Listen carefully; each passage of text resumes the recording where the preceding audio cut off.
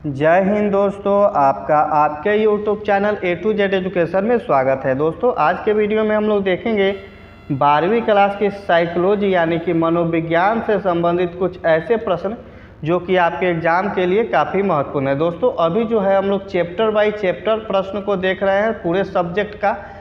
उसके बाद जो है सो मॉडल सेट भी चलेगा, तो ताकि आपको एग्ज़ाम में मेरे चैनल को अगर आप सब्सक्राइब किए हैं तो आपको इस चैनल से कोई भी निराशा नहीं मिलेगी। आपको प्रत्येक सब्जेक्ट के इतने सारे वीडियो मिल जाएंगे ताकि आप कहीं ट्यूशन पढ़े या फिर नहीं पढ़े, आप पास बहुत ही बेहतर नंबर से कर सकते हैं। आज हम लोग देखते हैं जीवन की चुनौतियों का सामना। क्या देखते हैं? जीवन की चुनौतियों का सामना। इस चैप्टर का पहला प्रश्न हम लोग देखते हैं, प्रतिबल के विपरीत अवस्था को कहते हैं। तो इसको क्या कहते हैं? शिथिलीकरण कहते हैं। क्या कहते हैं? शिथिलीकरण कहते हैं। दोस्तों, इसका पीडीएफ देख रहे हैं आप, कितने बेहतर तरीके से बनाया हुआ है। इसका पीडीएफ आपको जो है फ्री में मिल जाएगा।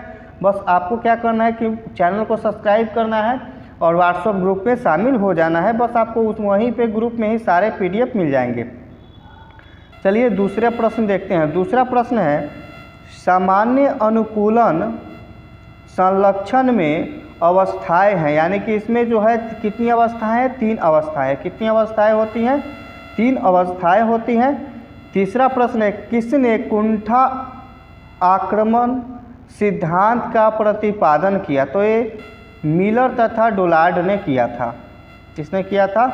मिलर तथा डोलार्ड ने। चलिए आगे हम प्रश्न देखते हैं। 4 नंबर प्रश्न देखते हैं, सामान्य अनुकूलन संलक्षण के संप्रत्यय का प्रतिपादन किसके द्वारा किया गया? तो लेजारस द्वारा किया गया था। 5वां प्रश्न है, वे दबाव जिन्हें हम अपने मन से उत्पन्न करते हैं उन्हें क्या कहा जाता है? तो उनको कहते हैं मनोवैज्ञानिक दबाव। क्या कहते हैं? मनोवैज्ञानिक दबाव कहते हैं। 6ठा प्रश्न है, क्रमबद्ध असंवेदीकरण का प्रतिपादन किसने किया? तो इसका प्रतिपादन जो है साल्टर तथा वोल्पे ने किया था।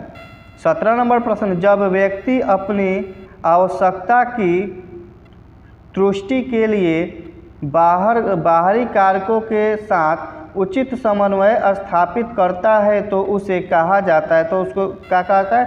समायोजन कहा जाता है। क्या कहा जाता है? समायोजन, यानी कि वो अपने आप को उस वातावरण में क्या किया है? ढाल चुका है। चलिए आगे देखते हैं हम लोग 8 नंबर प्रश्न को। 8 नंबर प्रश्न है, विचारों, प्रेरणाओं, आवश्यकताओं एवं उद्देश्यों के परस्पर विरोध के फलस्वरूप पैदा हुआ तनाव किस प्रकार कहलाती है? यानी कि इस प्रकार से जो तनाव उत्पन्न है होती है उसे क्या कहते हैं? तो उसको द्वंद्व कहते हैं। क्या कहते हैं? द्वंद्व कहते हैं। चलिए आगे देखते हैं 9 नंबर प्रश्न, तनाव के धनात्मक पहलू है। तो तनाव के धनात्मक पहलू क्या हो जाएंगे? यूट्रेस्ट हो जाएंगे। 10 नंबर प्रश्न हम लोग देखते हैं क्या पूछ रहा है। 10 नंबर प्रश्न कह रहा है, अंग्रेजी के शब्द स्ट्रेस की उत्पत्ति किस भाषा से हुई है? तो ये लैटिन भाषा से हुई है। 11 नंबर प्रश्न देखते हैं, सामान्य अनुकूलन संलक्षण कि किस अवस्था में व्यक्ति बीमार हो जाता है? तो इसको क्या कहते हैं? विश्रांति अवस्था में व्यक्ति क्या हो जाता है? बीमार हो जाता है। 12 नंबर प्रश्न देखते हैं, निम्न में से कौन सामान्य अनुकूलन संलक्षण के चरण हैं? तो इसका आंसर हो जाएगा प्रतिरोध। क्या हो जाएगा? प्रतिरोध। 13 नंबर प्रश्न देखते हैं, बाहरी प्रतिबलकों के प्रति की गई प्रतिक्रिया है। तो ये क्या है? डिस्ट्रेस है। क्या है? डिस्ट्रेस इसको कहते हैं। चलिए आगे देखते हैं 14 नंबर प्रश्न को। कितना नंबर प्रश्न? 14 नंबर प्रश्न देखते हैं, जब प्रतिबल की उत्पत्ति सकारात्मक घटनाओं से होती है तो उसे क्या कहा जाता है? तो उसे जो है यूट्रेस्ट कहा जाता है।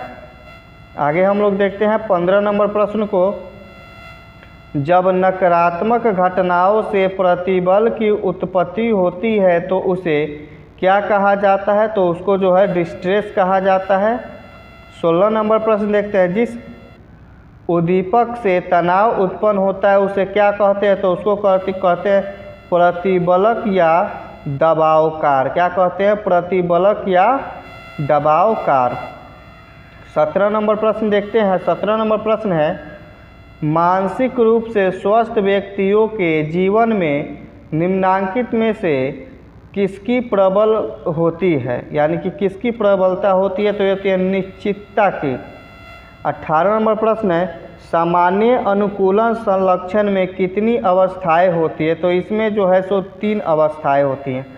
कितनी अवस्थाएं होती हैं, 3 अवस्थाएं होती हैं। आगे हम लोग देखते हैं 19 नंबर प्रश्न, मनोवैज्ञानिक दबाव का स्रोत नहीं है, तो मनोवैज्ञानिक दबाव का स्रोत जो है अभी घातक घटना ये नहीं है। चलिए अब आगे हम लोग 20 नंबर प्रश्न देखते हैं, प्रतिबल कैसा चर है, तो प्रतिबल जो है ये उपयुक्त सभी स्वतंत्र, आश्रित, मध्यवर्ती, ऑप्शन नंबर डी सही हो जाएगा सभी। 21 नंबर प्रश्न है, निम्नलिखित में से कौन रक्षा युक्ति है, क्या है, रक्षा युक्ति है, तो ये हो जाएगा प्रक्षेपण, क्या हो जाएगा, प्रक्षेपण।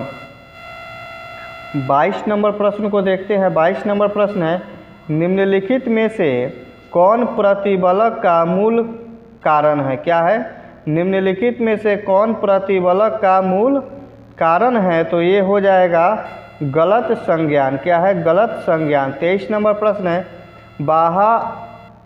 बाहरी आवेदक के प्रति प्रतिक्रिया को कहा जाता है, तो इसको कहा जाता है बर्न आउट, क्या कहा जाता है, बर्न आउट। 24 नंबर प्रश्न देखते हैं, इनमें से कौन पर्यावरणीय प्रतिबल है, क्या पूछ रहा है, इनमें से कौन पर्यावरणीय प्रतिबल है, तो भूकंप जो है ये पर्यावरणीय प्रतिबल है। 25 नंबर प्रश्न देखते हैं, निम्नलिखित में से कौन प्रतिबल एवं स्वास्थ्य के संबंध पर बल दिया है, तो क्या हो जाएगा, इसका आंसर शियर हो जाएगा, क्या हो जाएगा, शियर हो जाएगा। 26 नंबर प्रश्न देखते हैं, आधुनिक दबाव शोध का जनक किसे कहा जाता है, तो ये कहा जाता है हेस-सेलियर को, क्या कहता है, हेस-सेलियर को कहा जाता है। 27 नंबर प्रश्न देखते हैं, प्रतिबल के प्रबंध के लिए निम्नलिखित योजनाओं में से कौन अधिक प्रभावी है, तो ये हो जाएगा संज्ञान में परिवर्तन, क्या हो जाएगा, संज्ञान में परिवर्तन। 28 नंबर प्रश्न देखते हैं, निम्नलिखित में से कौन सामाजिक प्रतिबल है, क्या पूछ रहा है, निम्नलिखित में से कौन सामाजिक प्रतिबल है, तो इसका हो जाएगा विवाह विच्छेदन।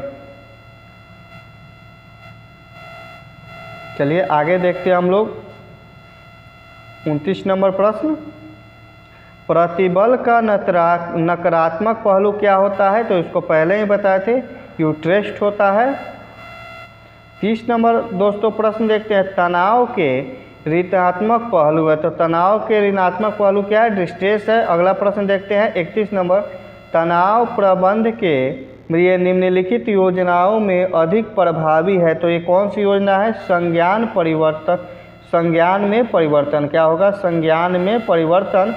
32 नंबर प्रश्न देखते हैं। 32 नंबर प्रश्न है, सामान्य प्रतिबल है, क्या है, सामान्य प्रतिबल है, तो ये क्या हो जाएगा, निष्पादन बढ़ता है, क्या होता है, निष्पादन बढ़ता है। 33 नंबर प्रश्न, हंस शैली के अनुसार तनाव, मतलब पूछ रहा है कि हंस शैली जो हैं उनके अनुसार तनाव क्या है, तो जो तनाव है एक अवशिष्ट अनुक्रिया है, क्या है, एक अवशिष्ट अनुक्रिया है।